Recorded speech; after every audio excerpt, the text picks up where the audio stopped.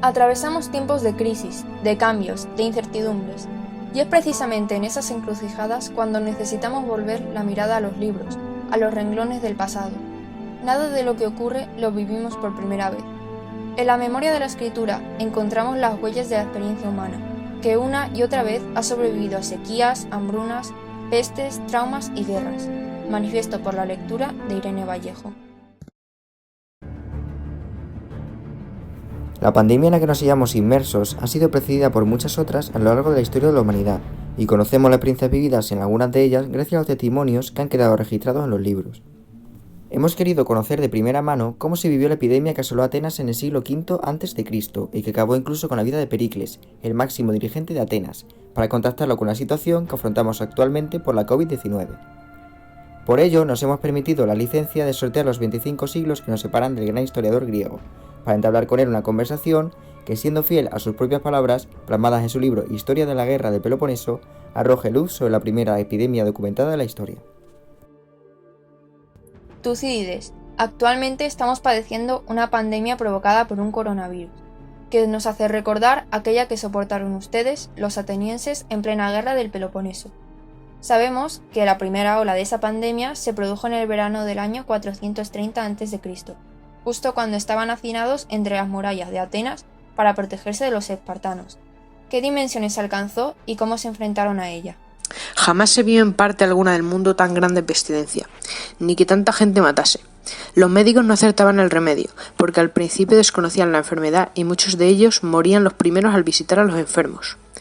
No aprovechaba el arte humana, ni los votos ni plegarias en los templos, ni adivinaciones, ni otros medios de que se usaban, porque en efecto valían muy poco. En nuestro caso ocurrió algo parecido: sanitarios contagiados porque no contaban con los equipos de protección necesarios, médicos que no sabían qué remedio aplicar a sus enfermos, desánimo y desolación entre la población. ¿Tiene usted algún dato acerca de su procedencia? Comenzó esta epidemia, según dicen, primero en tierras de Etiopía, y después descendió a Egipto y a Libia. Se extendió largamente por las tierras y señoríos del rey de Persia, y de allí entró en la ciudad de Atenas, y comenzó en Pireo, por lo cual los de Pireo sospecharon al principio que los peloponenses habían emponzoñado sus pozos, porque entonces no tenían fuentes. Poco después invadió la ciudad alta, y de allí se esparció por todas partes. Murieron muchos más. La COVID-19 tuvo su origen en Wuhan, una ciudad china. Cuando se aisló a la población ya era demasiado tarde. El coronavirus había empezado a extenderse por avión a otras partes del mundo. Y con la movilidad tan grande que hay en pleno siglo XXI, la propagación fue imparable. ¿Nos podría hablar de esa epidemia? Por mi parte, simplemente la describiré por su naturaleza y explicaré sus síntomas, por lo que pueda ser reconocida por el estudioso si alguna vez se vuelve a presentar. Esto lo puedo hacer mejor, pues yo mismo sufrí el mal y fui testigo de su actuar en el caso de otros. Si usted sufrió la enfermedad en sus propias carnes y vio los efectos en otras personas, es, sin duda, la persona idónea para ayudarnos a entender mejor el cuadro clínico que presentaba la enfermedad, sus síntomas, sus signos y su evolución. No hubo una causa ostensible, pero personas con buena salud eran repentinamente atacadas por violentos calores en la cabeza y enrojecimiento e inflamación de los ojos y las partes internas, como la garganta o la lengua, que se tornaban rojas y emitían un hálito anormal y fétido. Estos síntomas eran seguidos de estornudos y ronquera, luego de lo cual el dolor llegaba pronto al pecho y producía una fuerte tos. Cuando se fijaba en el estómago lo indisponía. Externamente el cuerpo estaba colorado, lívido y rompiendo en pequeñas pústulas y llagas, pero internamente ardía tanto que el paciente no era capaz de soportar ropa o sábanas. Incluso cuando no resultaba mortal, aún así dejaba sus marcas en las extremidades. Aún otros también sufrían una pérdida total de la memoria en su primera recuperación y no se conocían a sí mismos ni a sus amigos. Esto nos recuerda mucho a la COVID-19, que provoca pérdidas de memoria en bastantes personas. A otras, sin embargo, les afecta de manera diferente. Unos tienen problemas para respirar, o fatiga, fiebre, pérdida de gusto y olfato, y también hay muchos asintomáticos. Tucídides, ¿se encontró en su época algún remedio para curar la enfermedad o paliar sus efectos?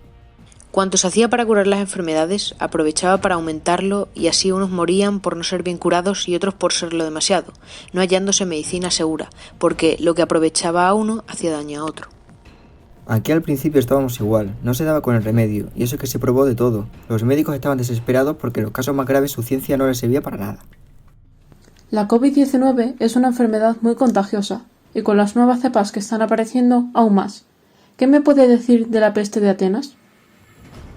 La dolencia era tan contagiosa que atacaba a los médicos. A causa de ello, muchos morían por no ser socorridos, y muchas casas quedaron vacías. Los que visitaban a los enfermos morían también como ellos, mayormente los hombres de bien y de honra, que tenían vergüenza de no ir a ver a sus parientes y amigos, y más querían ponerse en peligro manifiesto que faltarles en tal necesidad. A todos entristecía a mal tan grave, viendo los muchos que morían y los lloraban y compadecían. Aquí el escenario era parecido. El personal sanitario al principio se vio muy afectado por la enfermedad. El sistema de salud estaba prácticamente colapsado y hubo que levantar hospitales de campaña o habilitar nuevos espacios para atender a los enfermos. Aún así, no a todos se les pudo prestar los cuidados necesarios y a veces los sanitarios se vieron obligados a elegir quién vivía y quién no. Diariamente les agradecíamos su esfuerzo saliendo a aplaudir a nuestros balcones. La verdad es que era muy difícil aceptar las cifras de los muertos porque bajo ellas se escondían muchas vidas apagadas y muchas familias rotas. Pero también es cierto que, a pesar de la dureza de la situación, no se desatendió a los más débiles. La oleada de solidaridad que se desató entre la población permitió a los enfermos y a los más vulnerables quedarse en casa. Y es que miles de voluntarios estaban pendientes de sus necesidades, les llevaban la compra, etc. ¿Y qué ocurría con las personas que conseguían superar la enfermedad? Los que habían escapado del mal sentían la miseria de los demás por haberla experimentado en sí mismos, aunque estaba fuera de peligro, porque no repetía la enfermedad al que la había padecido, al menos para matarle. Es decir, que haber padecido la peste generaba inmunidad. Eso es una buena noticia. En el caso del coronavirus también se ha demostrado que haberlo superado crea cierta inmunidad, pero todavía no se sabe cuánto duran sus efectos. Afortunadamente, ahora tenemos todas nuestras esperanzas puestas en las vacunas. Pero volviendo a la peste de Atenas, ¿qué sucedía con aquellas personas que morían afectados por ella? Muchos morían donde podían, sin respeto alguno, y algunas veces los unos sobre los otros yacían en las calles y plazas, revolcados y medio muertos, y en torno de las fuentes, por el deseo que tenían del agua. Los templos donde muchos habían puesto sus estancias y albergues estaban llenos de hombres muertos, porque la fuerza del mal era tanta que no sabían qué hacer. Algunos, viendo preparada la hoguera para quemar el cuerpo de un muerto, lanzaban dentro el cadáver de su pariente o deudo y le ponían fuego por debajo. Otros lo echaban encima del que ya ardía y se iban. ¡Qué escenario tan dramático! ¿Cuánto me recuerda al que se ha vivido en esta pandemia?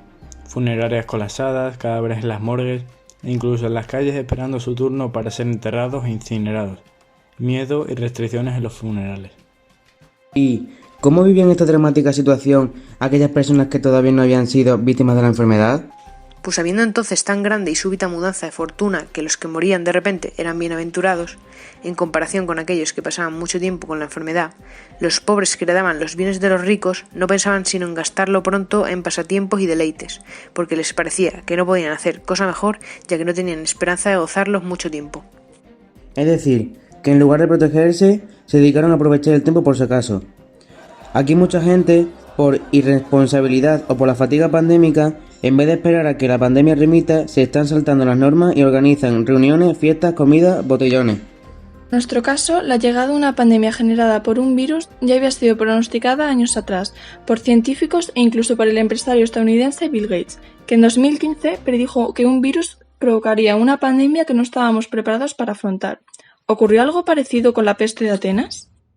Los atenienses traían a la memoria un verso que los ancianos decían haber oído cantar y que ya había sido pronunciado en respuesta del oráculo de los dioses, que decía: «Vendrá la guerra doria, creed lo que decimos, y con ella vendrá limos», sobre el cual lo disputaban antes de ocurrir la epidemia, porque unos decían que por la palabra limos se había de entender el hambre, y otros aseguraban que quería significar la epidemia, hasta que llegó esta, y todos le aplicaron el dicho del oráculo.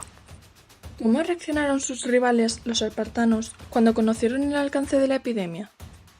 Al saber los peloponenses por los prisioneros la infección y el peligro de aquella pestilencia y viendo sepultar los muertos, partieron aceleradamente de la tierra, después de haber estado 40 días en ella, durante cuyo tiempo la robaron y arrasaron.